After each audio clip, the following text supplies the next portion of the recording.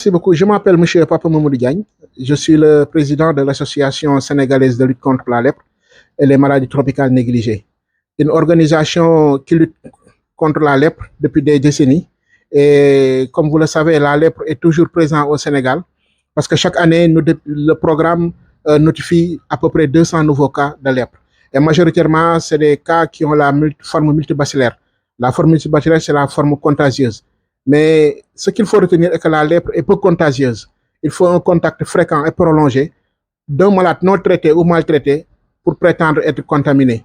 Donc, nous faisons des activités de sensibilisation, de plaidoyer, surtout pour l'accès aux droits des personnes affectées par la lèpre. D'autant plus que la lèpre, comme vous le savez, a disparu, mais il est toujours là. Comme je l'ai dit tantôt, le programme notifie 200 nouveaux cas par cas, 200 nouveaux cas de lèpre par an, ce qui signifie qu'il faut redoubler d'efforts pour vraiment combattre cette maladie. Mais malheureusement, nous constatons qu'il y a beaucoup de défis qui restent à relever, notamment le défi de la formation des prestataires de santé. Beaucoup d'agents de santé ne peuvent pas reconnaître les signes cliniques de la maladie. Donc, raison pour laquelle il faut que l'État accentue la formation en faveur des prestataires de santé pour pouvoir reconnaître les signes cliniques de la maladie. Quels sont les signes? Les signes, c'est les taches, le plus souvent, des taches de couleur rouge, cuivre, qui apparaissent. Ça peut apparaître partout dans le corps. Raison pour laquelle souvent il faut faire l'auto-soin, comme on dit, pour voir s'il y a des taches qui sortent au niveau de ton corps. Mais ce n'est pas seulement des taches, mais ça peut être des boutons, ça peut être des eczémas. Mais ce n'est pas toutes les taches, tous les boutons, tous les eczémas qui sont des signes de la lèpre. Il faut vraiment voir un spécialiste pour pouvoir confirmer le diagnostic si c'est la lèpre ou pas. Qu'est-ce que l'État doit faire pour vous? Bon, ce que l'État doit faire, c'est, je l'ai dit comme tantôt, accentuer la formation envers des prestataires de santé, mais aussi donner beaucoup plus de moyens aux acteurs sociaux. Comme vous le savez, la lèpre n'est pas seulement une maladie médicale, mais elle est médico-sociale. Les personnes affectées par la lèpre vivent des conditions parfois difficiles dans la prise en charge de la lèpre en tant que telle. C'est vrai, le traitement PCT est gratuit, mais il y a d'autres médicaments adjuvants qui sont à la charge du malade. D'où vraiment l'État doit intervenir pour améliorer la prise en charge et la condition de vie des personnes affectées par la lèpre. Notre dernier mot, c'est vraiment remercier tous les acteurs de lutte contre la lèpre au Sénégal. C'est vrai, il y a beaucoup d'efforts qui ont été faits, mais il reste des défis à relever, notamment des défis de sensibilisation envers la communauté, mais aussi des défis de plaidoyer vraiment pour un accompagnement des personnes affectées par la lèpre. Et nous remercions aussi les partenaires techniques et financiers comme Action Damien, grâce à cette organisation que cette émission a pu être réalisée.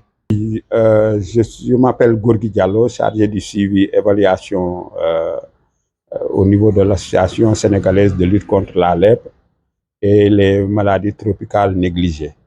Donc, je veux aborder avec vous l'aspect communautaire de la prévention, en tout cas contre la lutte, pour la lutte contre la lèpre, puisque on s'est dit que c'est un volet important, en tout cas dans la prise en charge globale de cette maladie, puisque la prévention, en tout cas, constitue quelque chose qui peut permettre à la population et aux malades d'être plus à l'aise, parce que c'est une maladie liée quelque part à l'eau, l'hygiène et l'assainissement. Donc, il est bon qu'il y ait un grand travail de sensibilisation à ce niveau pour que, en tout cas, les populations puissent prendre les dispositions qui permettent de mieux isoler, en tout cas, ce syndrome. Voilà. Et l'autre aspect, c'est aussi de lutter contre la discrimination. Parce que les malades affectés par la lèpre, en tout cas, vivent sous un poids psychologique très lourd et dû aux préjugés longtemps véhiculés vis-à-vis de cette maladie. Et aujourd'hui, cette maladie n'est plus aussi contagieuse qu'on ne la pense. Elle se guérit vite et est moins contagieuse dès le début de la cure. Donc, si les populations le savent ainsi, ils auront de moins en moins tendance à exclure ces personnes affectées ils auront de moins en moins tendance à les discriminer, et ce qui effectivement creusait cette distanciation sociale qui faisait que les malades affectés étaient beaucoup plus stressés, étaient beaucoup plus dépressifs et vivaient en tout cas dans l'exclusion totale.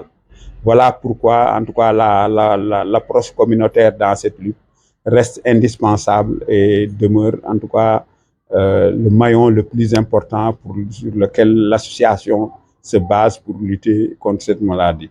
C'est cause pour laquelle effectivement Action Damiens effectivement a appuyé ce mini plan d'action pour nous permettre de mieux sensibiliser les populations, mieux sensibiliser les personnes affectées pour qu'ils sachent du moins les précautions à prendre pour mieux se gérer en tant que malade et pour mieux vivre en cohésion sociale avec les populations. Merci.